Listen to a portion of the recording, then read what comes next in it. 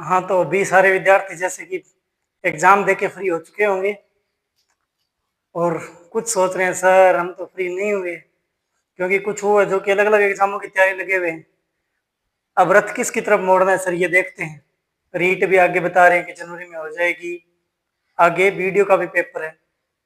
और एग्जाम का ये है कि थोड़ा देख लेते हैं कि मेरिट वगैरह क्या रहेगी। स्वाभाविक है, अगर हमने मेहनत की है 5-6 महीने कम से कम, या फिर दूसरे एग्जाम में लगे थे दोबारा मेहनत करके इसमें तैयारी की है, तो हमारे जानने की इच्छा भी होती है कि सर बस पता चल जाए कितनी बनेगी, भी एक तरफ हो जाए कितनी मेरिट है, हाँ या ना, या तो अंदर कर दे या बाहर कर दे, हमारा कम से कम प्रेशर तो छूटे दिमाग का। मानता हूं मैं आपकी बात सही है, लेकिन एक बात यह भी है कि प्रेडिक्शन होता है मेरिट का, चाहे कोई टीचर बना रहा हो, बड़े से बड़ा छोटे से छोटा, कुछ आंकड़ों के आधार पर मेरिट बनती है या मेरिट का अंदाजा लगता है। आंकड़े जैसे कितने विद्यार्थी थे, पेपर का लेवल कैसा था, जो विद्यार्थी थे वो सारे कौन से थे, विद्यार्थियों का भी तो एक लेवल देखना होता है ना, भी कौन से विद्यार्थियों ने पेपर दिए, क्योंकि 20 लाख पेपर दिए तो 20 लाख सारे जो है वो ये फोर्थ ग्रेड के तो होने से रहे, इसमें रीट वाले भी थे, L2 वाले भी थे, कुछ RS वाले थे वो भी देख के आ गए, कुछ SI वाले भी देख के आए, देख के तो देखते हैं कैसा है, तो अलग अलग थे। लेकिन इसमें यह भी है, भी सभी पेपर देखे हैं तो सभी का सेम होने से थोड़ा भी, किसी को जैसे कि कोई रीट की कर रहा था तो इंग्लिश आ रही थी तो हिंदी आने से रही, हिंदी ठीक होती है सबकी तो मैथ सबको आने से रही, तो यानी हर विद्यार्थी का जो स्पेशल तैयारी कर भी रहा था या नहीं भी कर रहा था, 10-15% का हर विद्यार्थी का पोर्शन छूटता है। तो उस आधार पे देखते हैं कि मेरिट क्या रह सकती है। पहले तो ये ध्यान रखिए पेपर दिया किन्होंने, सबसे तो किस आधार पे हम अंदाजा लगाएंगे, अंदाजा तो इस आधार पे लगता है ना भी एग्जाम देने वाले कौन थे स्टूडेंट। अगर एग्जाम देने वाले स्टूडेंट्स का ही नहीं पता है तो फिर मेरिट का ऐसे तुक्का मारने से क्या है।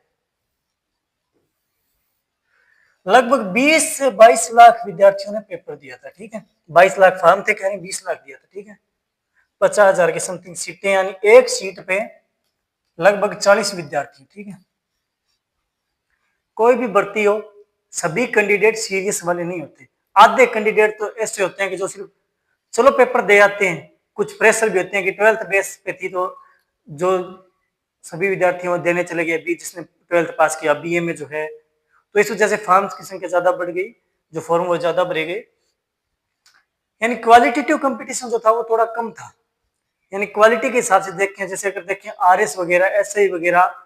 या फिर फर्स्ट ग्रेड वगैरह, असिस्टेंट प्रोफेसर, इनमें जो एग्जाम देते हैं वो जो होते हैं वो या तो सिलेक्टेड होते हैं या फिर जो सीरियस तैयारी करने वाले उनमें ज्यादा होते हैं, इसमें प्रतिशत कम है। इसमें तो हर किसी ने फॉर्म भर दिया कि बहुत बड़ी भर्ती। दूसरा ये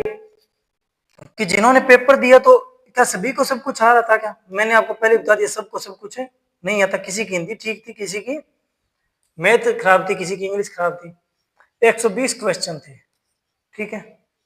120 में तो आप मान के चलिए 10 क्वेश्चन तो सभी के छूटते ही हैं, 10-12 क्वेश्चन छूट जाते हैं, और अगर कोई 110 भी करके है तो उसमें से 10 से 15 क्वेश्चन कम से कम गलत चले जाते हैं, ठीक है, कभी कभी ये रेशियो 20 तक भी चला जाता है। अगर 110 में से आपके 20 गलत गए तो कितने बचे, 90, 5-7 ये और लेके चले जाते हैं, यानी 83 से 85 आ गए, ठीक है, यही रहता है। ये कि हम करके तो सभी से ही आते हैं, लेकिन कुछ चीजें ऐसी जैसे इंग्लिश वगैरह है, हिंदी वगैरह है, हिंदी में तो जैसे आप सभी को सब कुछ आता ही है। राजस्थान जीके जो पुराने विद्यार्थी उनके लिए जीके ठीक था, कुछ 1-2% को छोड़ के, करंट में थोड़ी प्रॉब्लम हो सकती थी उनको, बाकी उनके लिए जीके भी ठीक था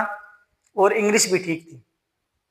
लेकिन थोड़ी उनमें मैथ में ज्यादा प्रॉब्लम आई है, या फिर जिनकी मैथ अच्छी थी उनको इंग्लिश में प्रॉब्लम आई है। तो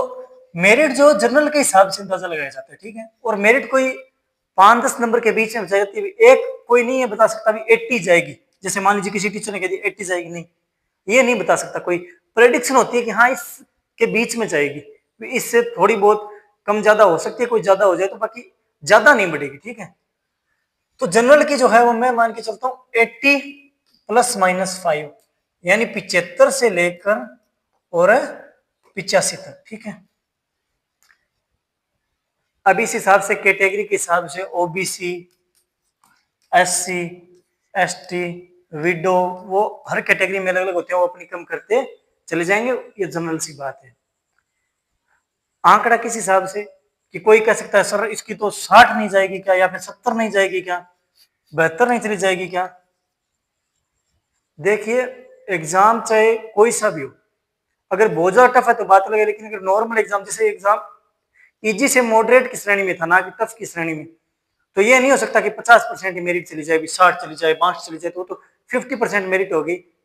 इतनी कम जाने से भी ठीक है। 85 अगर बाय द वे कोई अगर 1-2 परसेंट और बढ़े तो प्लस 2 नंबर और हो सकते हैं, यानी 87, यानी 65 से सॉरी 75 से 85 अच्छा है। सेफ स्कोर अगर कोई पूछे कि सर ये बता दो कि इसके बाद वाला तो 99% श्योर है, तो वो है 90 वाला। जिसके 90 के प्लस है ना, वो ये मान के चल सकता है कि उसका सिलेक्शन जो है वो लगभग श्योर ही है, ठीक है। बाकी घबराने की बात नहीं है, भर्तियां और आती रहेगी,